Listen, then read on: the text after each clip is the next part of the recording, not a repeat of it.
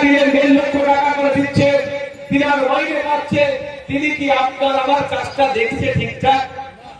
ভুল লক্ষ্যে আমরা মন্ত্রীর চেয়ারে বসেছি, ভুল লক্ষ্যে আমরা সরকার পরিচালনার দায়িত্ব নিয়েছি, ভুল লক্ষ্যে যেহেতু সরকার পরিচালনার দায়িত্ব নিয়েছি, সেই জন্য বাউরিয়ার জুট মিলের ওই শ্রমজীবী মানুষটার জন্য কথা বলছে না। 2024 সালে ত্রিপাক্ষিক আলোচনার ফলে সেটা একটা শুরু হয়েছিল, একটা ডিসিশন হয়েছিল ত্রিপাক্ষিক আলোচনার পরে। এখনো পর্যন্ত এটা 2026 চলছে, এখনো পর্যন্ত ইমপ্লিমেন্ট হলো না। ইমপ্লিমেন্ট করার জন্যই আমরা একটা পথ তৈরি করেছি, সেই পথটার নাম হচ্ছে সরকার। সেই পথের একটা উপপথ তৈরি করেছি, তার নাম হচ্ছে শ্রম দপ্তর, লেবার ডিপার্টমেন্ট, লেবার মিনিস্টার।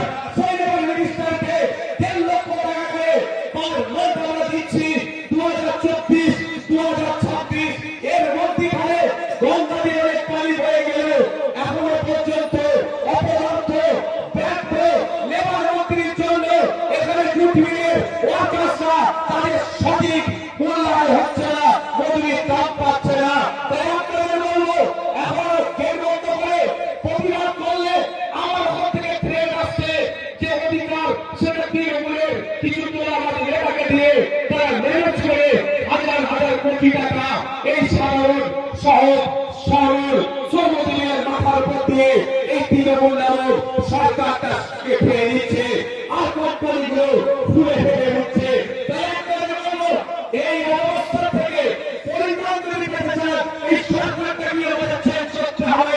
এই অবস্থা লেবার মিনিস্টার থেকে আমাদের চেঞ্জ করতে হবে, নতুন লেবার মিনিস্টার তৈরি করতে হবে। যে লেবার মিনিস্টার লেবারদের জন্য, শ্রমিকদের জন্য হবে, আপনার আমার জন্য হবে। তার কাজটাই হচ্ছে এই লেবারদের ভালো থাকা, ভালো রাখা, সেই কাজে ভাববে। জয়ী শিল্পের সাথে যারা যুক্ত, আমি পশ্চিমবাংলার বিধানসভায় প্রশ্ন জমা করেছি, এখনো এর উত্তর দেওয়ার মতো সময় হয়ে ওঠেনি। কি প্রশ্ন করেছি এক্সাক্ট বলা যায় না, কারণ যতক্ষণ না পর্যন্ত হাউস একটা প্লেস হচ্ছে ওটা বলতে পারবো না।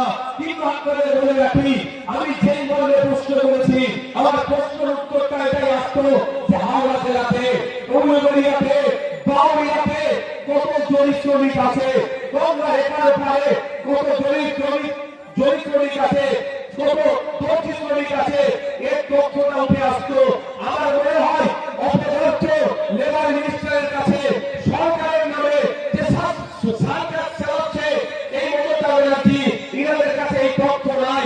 এই বাউরিয়াতে, হাওড়া জেলাতে, সাংগ্রাইলে, বাঁচিলায়, এখনো আপনার শ্যামপুর পর্যন্ত গঙ্গা লেবারে কত মানুষ জরিপ শিল্পের সাথে যুক্ত আছে, এই তথ্যটা হয়তো ওদের কাছে নাই। সেই জন্য আমার প্রশ্নের এখনো উত্তর তারা দিতে চায়নি।